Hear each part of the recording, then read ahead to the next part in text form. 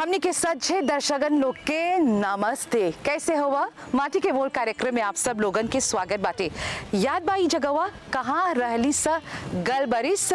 हैजा आज फिरो से हमनी आयल हैजा फ्लैग मॉडल फार्म। तो आप सब लोगन के स्वागत बाटे। और आज गत हला तो हमनी किचन गार्डनिंग पर बतियाए ले रही जा, आज वर्टिकल फार्मिंग पर हमनी बतियाब जा। कौन ची है, कैसे ओकर स्थापना होला, कौन ची प्लॉटल जाला। अभी देखा था ई है लकड़ी लुगा सुखाए के नहीं है, ई में बा जन जिफिल सब कौन ची करल जा सके एकर से हमनी सब तोहरा बतियाब जा। बस देखते रहिए माटी के मोल कार्यक्रम। हाँ दर्शकगण, फिरों से आप सब लोगन के स्वागत बाटे माटी के मोल कार्यक्रम में। और जैसे कि पहले ही हमने बोल देली रही जा कि आज हमने आयल है जा कहाँ परी फ्लैग मॉडल फार्म। तोहरा याद बा गल बरिस हमनी हाइजो परी आए रही जा, हमनी किचन गार्डनिंग पर बतियाए रही जा कि कैसे हाइजा परी एगो मॉडल फार्म है कि कैसे हाइजा जन फिन ज़ेब बाटे। हमनी लूफा पर बतियाए रही जा, ढेर चीज हमनी देख ली जा कौन ची के प्लौताशो सब करल जाला। आज एगो ऐसन टैम एगो ऐसन शब्द के इस्तेमाल काहे कि ढेर जना प्लौताशो करेलन, खेती बाड़ी करेलन, घर में करेलन, छत पर करेलन, न तो आंगन में, खेत में। और लासे शेल्टर्ड फार्मिंग के आज जन प्रभाव बा वो बढ़ले जात बाटे। और एगो शब्द आजकल बहुते चर्चा करल जात बा, ऊ है वर्टिकल फार्मिंग। फार्मिंग तो हमनी सब जानेला सा, वर्टिकल माने कि जन ऊपर जाला। ई कौन चीज है लासेवा में सकेला देखत हुआ हमारे पाछे कौन चीज है वो हम बाती। एकर पर जस्ती जानकारी दे खातिर हमनी संगे हवन जा फागे दरने से जो सीनियर एक्सटेंशन असिस्टेंट हवन श्रीमती प्रेमिला रामफल जी। तो चला इनकर स्वागत करीला जा। प्रेमिला जी फिरों से नमस्ते और धन्यवाद हमनी के फिरों से मौका देला हाइजा परी फ्लैग मॉडल फार्म आए की। तनी सुन हमनी ई जन वर्टिकल फार्मिंग के बारे में जस्ती जाने से पहले से आगे तनी सुन ई जन मॉडल फार्म है एकर बारे में तनी सुन बतावा। नमस्ते नितुषा जी, नमस्ते दर्शक लोग। हम तोहरा के स्वागत करते हैं हैजा फ्लैग मॉडल फार्म में। ई ऐसा जगह है जहाँ पर प्लांटे लोग और मॉम पब्लिक लोग सखी सीखे कैसे प्लांटेशन ऑर्गेनिक होएला। हैजा पर इको प्रोडक्ट चिमिक नहीं सर्वी करेला सा, किसी कंपोस्ट अर्बन कैसे प्रोडक्ट बियोलॉजिक बा होए सर्वी करेला सा। और आज बतेबा वर्टिकल फार्मिंग में। वर्टिकल फार्मिंग से वजह जन फिलां जन प्लां लाहो मोंटे होएला। ओके कैसे लाहो मोंटे कराएला सा, ओके एदे करब सा कैसे देख बा रस्सी बन रहे सा, लकड़ी बा ओके लाहो मोंटे कर रहे सा जमे प्लांवा लाहो मोंटे होई। ई काहे ऐसे करेला सा जमे प्लांवा ढेर प्लास ने इचिलिजे करी, कमती प्लास इचिलिजे करी और लाहो मोंटे हुई और ओकर फ्री नीचे ने एक्सपोज हुई, माटी पर नहीं रही, सब फ्री लाहो रही। ऐसे फासिल पर हमी के पानी डाले के जिसे लगापो ऑर्गेनिक कंपोस्ट डाले के जिसे लगापो डाले के जो सेवी करेला सा हमी के फासिल परेला डाले के। अच्छा, तो अभी वर्टिकल फार्मिंग के बारे में बतियावत हुआ तो एकर आगे जैसे तोहर से पूछली हैजा परी कौन ची होला एगो मॉडल फार्म है। तनी सुन कितना जना सकेला नहीं देख ले रहलन जा हमनी के हाउ गल बरिस के जो प्रोग्राम रहल हमनी किचन गार्डनिंग पर बतैले रहली जा। तनी सुन हैजा परी और कौन ची होला। हैजा परी 10 गो जनरल वर्कर कौन सा 10 गो travailler हैजा ढेर प्लॉट बा, सब प्लॉट एक गो स्पेसिफिक टाइम पर बा। देख बा किचन गार्डन बा, एगो प्लॉट बा क्रॉप रोटेशन प्लॉट। उ कहा एगो प्लॉट पे डालब से एगो लेगी जो माटी के घा करेला जी। जब मटिया के घा कर दे ओकर रिकॉल फिनी हो जाए तो 4 गो बूथ पे बा तो हौला के ट्रांसफर करब से दूसर बूथ में। तो हम मटिया जो घा हो गल बा हौजा पर एगो क्रूसिफियर डालब से कैसे लिसु बा उ हाउ निट्रोजनवा जन बा उ ओके मिली तब जहाँ पर लिसु रहल आगे हौजा पर तलब से राव मुरई उ कुछ करी मटिया के भीतरे ओकर माटी पर काम करी। तब हौला रावा फिन हो जाए तब पीमा डालब सा पीमावा उ फ्री करेला माने कि एगो रोटेशन ओके बेले से क्रॉप रोटेशन प्लॉट एगो मॉडल बा थोड़ा सा कभी बतलावे। हाउ बा पातात बा 6 गो वाइते पातात देले है सा उ कटिंग जब पारे हो जाए तो ढेर प्लॉट है लोग मॉम पब्लिक लोग आवेलन सा तो उ लोग के थोड़ा देला सा प्रोपागे करे के अपन घरे हाँ हौला बा प्लांटेशन रोजेल भी बा रोजेल बा और दिख पे प्लांट है जब पर ढेर encourager करेला सा प्लांटेशन मिक्स क्या है प्लांटेशन मिक्स जब मैं बेबेट लोग के बेबेट मालाजी नहीं हुई हाँ जब बेतवन आई था मजा जाने nous encourager que cette plantation mixte, ça veut dire bébé, maladie खातिर, और देखबा एगो किसी vertical farming है जा पड़ेबा, है shelter farming हाँ, सिकबा ऑंडे वो भी करी। हमने बतियाब सा एकर बारे में तो अभी प्रेमिला जी जैसे कि बोलत हुआ मिक्स फार्मिंग वो सब करेला तो हैजा परी कोनो रासायनिक पदार्थ के इस्तेमाल नहीं करेला माने कि पोजुशी में कुछो नहीं इस्तेमाल करेला बियो तो कैसे जैसे बोलत हुआ जब मिक्स फार्मिंग करत हुआ कोनो बैक्टीरिया रहेला कोनो बिबित रहेला एसेक रहेला तो कैसे ओकरा कंट्रोल करेला हाँ जानेला हैजा परी सब बिबित के लिए पोता सब मूवे या bon दुनों के ça veut dire go balance हा जब देखबा हमें लागे कुछ नहीं बा हम थोड़ा बतलाओ अभी पत्ता के नीचे तब कोक्सिनेल भी बा ça veut dire ओकर खाए के हा एगो balance बाटे सब balance देखबा हैजा परी सब नेचुरल आ देखबा ढेर प्लांट कैसे बोलिया सा इको सर्विस प्लांट भी बा कैसे cosmos तुलसी गेंदा है सब प्लांट वो जैसे कि कुछ करेला वो एगो बुरा जो मच्छर सब बाटे लोग के भगावेला और को प्लावन में नहीं जाए हाउ में जाके जो मूवे बेबेद बा निमन प्लावन में नहीं जाए अंसा हाउ में जाए अंसा cosmos में रही अंसा और लोग के अब लोग पर रही अंसा मुझे हमें के निमन प्लांट सुरक्षित रही दर्शकन जैसे कि अभी देखा हुआ हैजा परी माटी के मोल कार्यक्रम फ्लैक मॉडल फार्म में हैजा और ढेर चीज होला हैजा परी सकबा आए विजिटे करे देखे जे स्थापित करे के मन बात हो रहा है एगो शेल्टर फार्मिंग एगो लासेया न तो बाहरी तोहर आंगन तोहर छत पर सकबा जा सीखे और अपनाए के अच्छा प्रेमिला जी आज के हमने के जो खास टॉपिक है वर्टिकल फार्मिंग ये कब से शुरू होल बाटे ये तो खातिर हाल से हैजा परी दारीला सा बतलाई के प्लांटे लो के बतलाई के कैसे करेलन सा तो रहा हां लाकू में देखबा जब गांव में जेबा देखबा हाई क्लोथ जहां पर मेटालिक फेंसिंग बा देखबा प्लांट जैसे मगोज सब ग्रेनाजिन बा देखबा हमें डाली हमें फिले हो बबले सब हां même लाकू में प्लांटेंस और मेटालिक में देखबा लोग के ग्रेनाजिन मिली तो आगे जन ऐसा रहल जन क्लोचो सब जैसे बोलत रहला वो सब रहल पर अभी तक टेक्नोलॉजी की हमनी जमाना के बातें दुनिया चलाल बातें हैजा परी आज हमनी अभी एगो लासे में हैजा एगो स्ट्रक्चर के बारे में तनी सुन बतावा काहे कि चियोताज हम देखत है जा जिफिल सब बातें कौन सी इस्तेमाल करेला अभी एगो हम थरा होइली एगो वोएम के प्लांट ई वर्टिकल अभी ब्लॉक डालल गल बाटे माटी बा हैजा परी ओकर रोज बाटे ओकर जो चीज ढेर चीज बा हैजा परी हां तनी सुन ई जन वोएम बातें कर बारे में बतावा है वोएम पारे हो जाए तो एक फिर से मटिया के काम करब से एक में फिर से कंपोस्ट डाल के फिर से बना avant plantation बना देब सा एक 2-3 दिन के छोड़े सा पोजे लेना सकबा दूसरा प्लांटेशन करे अच्छा ई परमानेंट बेड है स्ट्रक्चर में बा भीतर जैसे साइक्लोन हवा पानी से बच के रही अच्छा त माने के बेबे तो हां बेबे तो ऐसे कुछ इंसेक्ट प्रूफ नेट बा बेबे तो भी नहीं ढुके और जैसे कि बोले हवा हैजा परी सब कुछ बियो बाटे माटी बाटे हामी के गो कंपोस्ट यूनिट बा याद हला गहला आटला तबतले नहीं हां हवे कंपोस्ट से भी करेला सा और पोजी बियो बा जो कैसे नीम आवाज दे नीम उदारीला सा जब बेबे लोग एक मजा तनी सुन ताकि नहीं करी त प्रेमिला जी हमनी के बतावा हैजा परी खाली वो वमई नहीं बाटे हमनी देख ली जा हैजा पलदामुन बाटे और वो जो अपराजिता जो फूल बाटे कर चर्चा बहुते होत बाटे और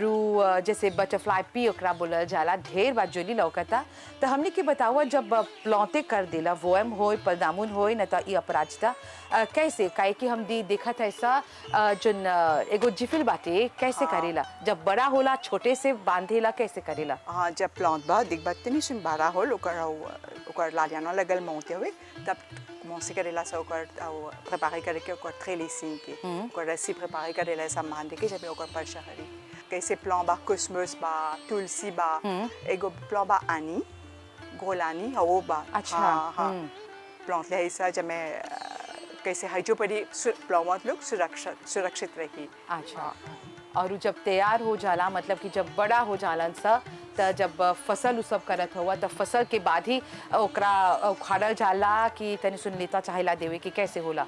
जब वोएम पारे हो जाए तब वोएम पलदामुन हर कोई त जिफेगा बातें ओकर बखत बाटे ना हां त कैसे होला जैसे धरला वोएम ओकर रिकॉल्ट फिनी हो जाए तो के निकाल के छोड़े सब जो थोड़ा देर तब बेडवा फिर से प्रिपेयर चला करेंगे रिपोजे चाहिला हुई देखी मटिया के हाँ फिर से बेडवा प्रिपेयर करके छोड़ दे सब हाँ। तो एक समय के बाद तब अब वो कब से कुछ से कब से डाले बस की है वो हम माटिया के तनी सुंखा कर दे हाँ। एक में ढेर नाइट्रोजन माटिया में डाली 10 कप से दूसरा लेगिम डाले अच्छा माने हाँ। कि वर्टिकल फार्मिंग संगे संगे जो फिंजले वो सब बातें हाँ, है जो हाँ। काहे कि लेस्पास बातें लेस्पास बा, लेस्पास हाँ, के हाँ। भरपूर इस्तेमाल होला ये बढ़िया बात बा फिलौन से डाले कैसे जितना फिलौन बातें कितना फिलौन है कैसे ग्रेनाडिन कारीबा ग्रेनाडिन फ्रूइबा gros pois bas avec अच्छा। l'exemple c'est que देखिए en dehors gros pois भी c'est que डाले हाँ pois carré ये सब से नेनुआ गला ला नेनुआ देखला किसी फिले हाँ, और हाँ। और वो से डाले जोन फिले होया नेनुआ माने कि हमनी के जितना जना अभी देखा था वहाँ हमनी बोली ला सा ना लुफा हाउ जो लुफावा संगे धोवे ला सा नहा ला जा हवे हा और वो कर तरकारी वो बना जाला जब वो हड़ा रहेला त ई सब चीज बा भाजी सब डालेला सकल साई भाजी अभी नहीं दलाल बाद में पर होला देखा था वो हमारे हाथ में कौन ची है जारिको है कौन ची है नहीं ये है लीमा बीन्स हमनी ग्रोपवा बोलीला सा जी हाँ ग्रोपवा हाइजा परी जो टटका मिलेला जो फ्रेश मिलेला हाइजा परी लदल बातें फूलल बातें और वो हमने देखा था ऐसा और बातें प्रेमिला जी तनी सुन ग्रोपवा के बारे में बताओ जो लीमा बीन्स है ये एक जो रोपाई करल गल बातें कब से हैजा परी वर्टिकल फार्मिंग सकेला दर्शकगण तोहरा नए लौकता पर हैजा परी कौन ची बा अंदर बॉम्बू बा फेराइक मेटालिक कौन ची है है इलाके से वर्टिकल फार्मिंग नहीं तुझा जी बोला नहीं सकबा भीतरे भी करे और ऑन दे ओ भी ऑन दे ओ जगह लगे प्लस नहीं जगह नहीं रही सकबा एगो चार पांच को बॉम्बू लेके फिक्से कर दे और हमें प्लांट देबा देखा कैसे प्लांट है ऐसा है देखा घोपवा हुआ था अभी तैयार हो गल बा प्रेमिला जी हाँ तो अभी एगो रेकोल्ट रमसी सा वो अच्छा। रख ले ऐसा सेमांस खातिर जी। ऐला छोड़े हुआ था ऐसा कब सा तक कितना बखत लेवेला है जो लीमा बीन ग्रोपवा वा वो तैयार हो गए जब प्लांट हुआ तो कितना 2-3 महीना हो जाला हाँ एगो 5-6 महीना लगेगा अच्छा तो ये बहुत ही अच्छा बात है सब कोई पसंद करी रंसा का घोपवा फ्रेश टटका गोपा हमनी जो सुखल गोपा बुआ तनी सुन ओकरा बुई करके हमनी खाइला सा पर ये जोन बातें ये टटका ओकर फ्रेश स्वाद दूसरा था। स्वाद अलग बातें अलग छे जैसे हमनी बोली राजा तो जितना चीज फ्रेश मिलेला हाइजा परी जितना मॉडल फॉर्म बातें मोरिस में तो हाइजो परी सकबजा आई देखे कैसे वर्टिकल फार्मिंग करल जाला और कौन ची बा प्रेमिला जी हाइ जोन गोपावा के अलावा वर्टिकल फार्मिंग में पूछा था ना एगो चीज बा ओकर नाम पुआ कारे हाँ वो भी बा ऐसे ही कर ले ऐसा अभी हाँ। तोहरा बतलावा जी जी और हिजा पर किसी तोहरा देखा तो तुलसी हमनी देखा था ठीक चीज बातें हाँ। बोजा में बा कैसे प्लांट कोस्मोस बा तुलसी बा क्लेरोडेंड्रन बा ये सब प्लांट डाली ला सा जमे निमन बुरा जो मच्छर उ सब नहीं आए रिपेलेंट जैसे बोली ला जा इंसेक्ट बा हाँ। कर में जाए पोसे हुई अच्छा। और हमी के लिए एक बार सुरक्षित रहिए सर। हाँ प्रोटेजे रही तहाँ दर्शकगण फिर से बहुत बहुत तोहरा स्वागत बाटे धन्यवाद देखा तो माटी के मोल कार्यक्रम तो हभी देखला लासा में कौन ची होला जो बचा बीज लीमा बीन्स जो हमनी बोली लाजा जो घोपवा बाटे कैसे होला पुआकारे वो सब प्रेमिला जी बतेले हवन पर जो वर्टिकल फार्मिंग है एक लावांताज जस्ती जाने खातिर जे तोहरा मन बात सीखे के स्थापित करे के लासिया में न तो अपन खेत में एकर बारे में जानकारी के दियन प्रिंसिपल एक्सटेंशन ऑफिसर फागे दाने से प्रताप जी तोहर स्वागत बाटे नमस्ते जैसे नीतू शाह जी बोलन हमने यहाँ जहाज फ्लक मॉडल फॉर्म तो ऐसा हमने के 4 गो मॉडल फॉर्म बाफागे में एगो मापू जहाँ फ्लक में प्लेजांस और रिवियरिज्म तो काहे हमने हरदम बोला जा मॉडल फॉर्म माने कि जोन चीज़ हमने के वैज्ञानिक लोग नवा टेक्नोलॉजी आने लन जा नवा ये थी नवा सिस्टम प्रता सो कैसे है जा बोलन नॉन केमिकल ऑर्गेनिक फार्मिंग होला जैविक खेती करी ला जा ऐजा 4 बरस से जना जाने की फ्लक में हमी के जो मॉडल फार्म बा नॉन केमिकल फार्मिंग करें माने कि कुछ रासायनिक पदार्थ नहीं डाल तो ऐसे ही हमने अब नहीं डाली ला जा तो चाहे ला हमने के सिखाई के जितना किसान लोग हवन जा और जो खोजत हवन जा जैविक खेती में जाके कैसे छना करेंगे तो यही खातिर हमने के जा मॉडल फार्म में हरदम नयापन आनीला जा। अभी एगो चीज़ पहला चीज़ बता देला एक्वापोनिक्स। ढेर जना सुनले हो जहाँ एक्वापोनिक्स माने कि मच्छी के पैदावार करीला जा एगो टैंक में, तब देखबा एगो सिस्टम पीवीसी के चियो बा, हौजा जितना वेस्ट बा हौ जो टैंक में बा वो सेटले होला जाला हो पीवीसी में, तब हौजा जितना खाना बा न्यूट्रिएंट बा वेस्ट बा तब उन लोग हवे हमनी के जो है देखा जा रोपल बा लीची ओकर जड़ी द्वारा ऊपर जाला और पत्ता तो लगभग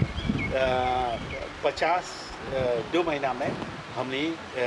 फसल कर दी मतलब। तो ऐसे ही हजार जब देखला एक्वापोनिक्स के जिक्र कर दिया जा, हाँ ओकर सिस्टम नीचे बा पर ऊपर कौन चीज ढाकल बा शेल्टर पीछे पोती से, माने कि इंसेक्ट नेट बा चारों बगल और ऊपर बा प्लास्टिक। ये विषय आज वर्टिकल फार्मिंग करीला जा। तो वर्टिकल फार्मिंग करे खातिर हमने सकब जा देखबा जा है जा खुला मैदान बा, खुला मैदान में वर्टिकल फार्मिंग सकेला करे। हमी के जो नीमाबीन बा गोपवा देखबा वर्टिकल फार्मिंग ऊपर हाउ बम्बू दलागल बा ओकर जो तना बा ओकर जितना लालियान बा मिले ओके ऊपर चला, यही बोलल जाला नीचे माटी में नहीं रहेला ऊपर जाला। जब ऊपर जाला ज़्यादा जगह लेवेला और ज़्यादा पैदावार सकब जा करे। एगो जोन रोपा ऐसे रोपब जा सकेला 3-4 महीना ज़्यादा जाला। और हैजा कैसे जोर मिलेला हमनी के जोन पौधा बा। एगो चीज़ देखला हमनी कंपोस्ट है यही बनाई जा, कंपोस्ट जैविक खेती में जाला, हौजा कुछ रासायनिक पदार्थ नहीं बा, हमनी के माटी के खाना मिलेला तब वो बढ़ेला। अब कैसे एगो दूसर प्रकार हमनी के माटी के ज़्यादा खाना मिलेला, एगो चीज़ अपनाइला जा है देखला जा मल्चिंग, माने कि सकबा जा जो बीचबिया रोपले हुआ सिकोनेल रोपले हुआ पत्ता बा चारों बगल देखा जाए पत्ता बा वो हमनी के माटी के ऊपर डाल देला जा, ढाक देला जा, ठंडा रहेला और वो भी पिघल के कंपोस्ट होला, तब हमनी के माटी के ज़्यादा जोरदार करेला। और एगो चीज़ बा है जा विभिन्न प्रकार के चीज़ रोपे है जा, माने कि मिक्स क्रॉपिंग देखबा जा गाजर रोपा गल बा, हमनी के जो मूंगफली पिस्तास रोपा गल बा, है जा बता चिनवा बा संकोट बोलिला जा, सब विभिन्न प्रकार के चीज़ है जा रोपाला। और एकाध को चीज़ बा कैसे कि जरतुतान बा ओएम बा, ये सब जे हमनी फिर से जब फसल हो जाला ओकर जो लालियान बा जो पत्ता बा फिर से मिलावजे कर देला जा हमनी अपन माटी में, जब वो हमनी के माटी के ज़्यादा जोरदार करेला। तो ऐसे ही हमनी माटी में हैजा कुछ रासायनिक पदार्थ नहीं डाला, माटी में पत्ता में फूल में कुछ समस्या होला बायोपेस्टिसाइड इस्तेमाल करेला जा, पर ओकर से आगे देखबा जा सगरो चारों बगल कौन सी देखिला जा गेंदा के फूल, तुलसी के गांची बा, सिकोनेल बा, रोमारे बा, ऐसा चीज़ बा जो हमनी के का करेला अच्छा मच्छर के बुलावेला जैसे तुलसी, और जो बुरा मच्छर बा उन लोग के रिपेल करेला भगा देवेला। चारों बगल कौन सी बा इंसेक्ट नहीं, माने कि बाहर से कीड़ा भीतरे नहीं प्रवेश करे। अब ग्रीन हाउस बनाए के देखा ऐसा ग्रीन हाउस और कोई बना देवेला जो देखबा तनी उतना ऊंचा नहीं बा, चक्रा ज़्यादा बा या एथी बा और एथी, और कोई का करेला जा जब हाउ प्लास्टिक डलाला इंसेक्ट उठने छेद छोड़ देवेला जा, फाँप छोड़ देवेला जा। और एगो चीज़ है जा जो देख ली जा एगो एथी अपनाए जा डबल डोर सिस्टम, माने कि 2 दरवाज़ा है प्रवेश करके हमी के जो शेल्टर फार्मिंग है, एगो दरवाज़ा जैसे प्रवेश करेला जा बंद कर देला जा, तब हौजा जितना हमने के ओवरऑल बा बहुत हौजा पहन के तब दूसरा दरवाज़ा से हमें प्रवेश करब जा। ऐसे ही हमने के कुछ हो सकेला बीमारी कीड़ा चिपक जलाने के जो पहनले हैं जा, तो हौजा सब हमने रख देला जा, तब दूसर हमने जो ओवरऑल सब डाल के भीतर प्रवेश करीला जा, तब हौजा कौन सी रोपाल बा हाइड्रोपोनिक्स सब कोई जानेला माटी में नहीं रोपीला जा, सॉइलेस सकब जा सोल्यूशन में कैसे एक्वापोनिक्स में करत है जा हौजा सोल्यूशन पानी जो टैंक में वो हमें के चियो में जाला। हाइड्रोपोनिक्स में जो सोल्यूशन है उ सकेला कोकोपीट में जाला तो हौजा से हमें के जड़ी के मिलेला या कोनो NFT nutrient film technique solution में सब जितना हमने के खाना है पिघल के तब हमें के जो गाछिया लोग के मिले कुछो कीड़ा रही हमें के कुछो ऐसी बीमारी रही जब चलब जा रोज हमें के प्रवेश करब जा भीतर देख रहे हो अब जा कहाँ दाग बा कहाँ सकेला कोनो कीड़ा हो तो हमें के छाना तब दिखते के तो ऐसा जे करब जा और एगो चीज हमें के देखवा जा इंसेक्ट उठनेट ऐसे करीला जा वहाँ चिलाशो मानी बाहर से जितना हमें के हवा हला भीतर जाना रहे के और जो वर्टिकल फार्मिंग करब जा देखवा जा पत्ता सब निकाल दे रहे हैं जा उतना जार नहीं करी जब जार नहीं करी तो हमने के कमती जो बीमारी आवेला और जो कुछ रही रासायनिक पदार्थ डाल के हमें के आसानी से सब सकते जो इतना कंपोस्ट बा है जा वो भी डालत है जा कोनो और जो बियो बा नीचे फर्टिलाइजर वो भी मिलेला वो सब डाल के तब देखा तो जो बोएम मिला था ये एगो फर्स्ट क्लास बा क्वालिटी बा लंबा बा और ज़्यादा फसल से बचा करे यही ऐसे ही सब खोजबा जा अपनाई के फारे यहाँ योजना बा स्कीम बा ऐसा पहला सकबजा ग्रीन हाउस बना दी जितना ऐसे उपनिवेश करके l'investissement 500 000 पहला हमने ग्रीन हाउस के दे लजा और दूसरा बनाई बजा तक 500,000 फिर से दे लजा और जे और चाहिला जो 50% बा उ सकेला लामक डेवलपमेंट उधार से सकेला मिल जाए तो ऐसे ही हम बोलती जा आज ही तो एगो ट्रेनिंग रह जा फ्लाक में ट्रेनिंग हरदम रहेला तो ये सब सिखाई खातिर ये सब खोजबा जा अपनाई के हम यहाँ जा एप्लीकेशन फॉर्म भर दिया जा हमें प्रशिक्षण दे जा और जितना फैसिलिटी बा जितना हम के योजना में सकबा जा शामिल हो जाए और आगे लेके जाए तो ऐसे ही हम कहते जा मॉरिशस में रासायनिक पदार्थ कम इस्तेमाल करेंगे और यही खातिर हमें मॉडल फॉर फ्लाक में 4 बरस से कुछ रासायनिक पदार्थ नहीं इस्तेमाल होता पर हमने भी कहते हरियाली सगरो बा कुछ न कुछ हमें के मिला था और पौधा है जा ऐसी करत है जा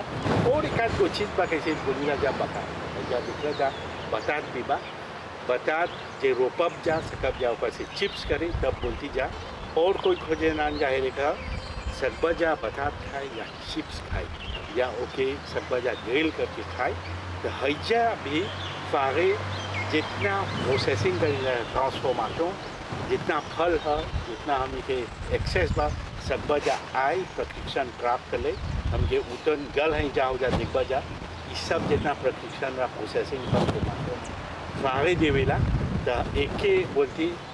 एगो फोन दूर हवा जा हमनी के हैजा था दफ्तर बा चारों बगल दफ्तर बा हमके फ़ोन करवा जा हमके वेबसाइट पर कितना जितना रसैमा बा इंफॉर्मेशन मिल जाए तो यही बोलती हरदम हम संगे संपर्क कर जा ताकि नयापन जो टेक्नोलॉजी हमनी यहाँ बा सकब जा लोग हाइजा पर तो ढेर चीज बा बाते बाप ई तो जोली जोली ग्रेनाजिन अभी तैयार नहीं हो बाते ना तो हम ही खा लेती अरे दर्शकगण देखा तो वो माटी के मोड़ कार्यक्रम अभी तो हमने अपन समाप्ति की ओर बढ़त है जा तो आज देखला हमने आय रली जा कहाँ परी फ्लाक मॉडल फॉर्म हाइजा परी जे तोहरो मन बाटे इच्छा बाटे एगो वर्टिकल फार्मिंग खास एकर बारे में हमने बतैली जा कि कैसे करबा बम्बू बाटे हाइजा परी देखा तो वह चियोताज बाटे जिफिल बाटे गाफिया बाटे ढेर चीज सकबा जा करे अपन क्रिएटिविटी को जो बाटे उ सकबा जा इस्तेमाल करके वर्टिकल फार्मिंग के और जितना चीज लत्ती के बाटे उ सकबा जा करे और ओकर संगे संगे जैसे शेल्टर फार्मिंग में हमने देख ली जा सकबा जा जो फिल्म ज़ेब बातें उस सब प्लांटेशन करे तो बहुत बहुत हमने धन्यवाद देवब जा जो सीनियर एक्सटेंशन जो असिस्टेंट हवन श्रीमती प्रेमिला रामफल जी और प्रताप जी के भी काहे कि हमने इतना चीज देखी ला जा विजिटे करी ला जा आज तो मॉडल फॉर्म में हाइजा तो तू सकबा जा हाइजा परी आके देखे के सीखे के और जो वर्टिकल फार्मिंग हो न तो एक्वापोनिक्स के बारे में बतैलन कि कैसे कंपोस्ट बनावल जाला और हाइजा परी जितना चीज के प्लांटेशन रोपाई होला उ सब जैविक मानी कोनो केमिकल्स रासायनिक पदार्थ कुछो न इस्तेमाल होला, सब नेचुरल बाटी। त नेचुरल खाइया, टटका खाइया, घोपा खाइया, ढेर चीज खाइया और हमने आवत हफ्ता फिरो से मिलब जा खाली माटी के मोल कार्यक्रम में। नमस्ते, शुभ रात्रि।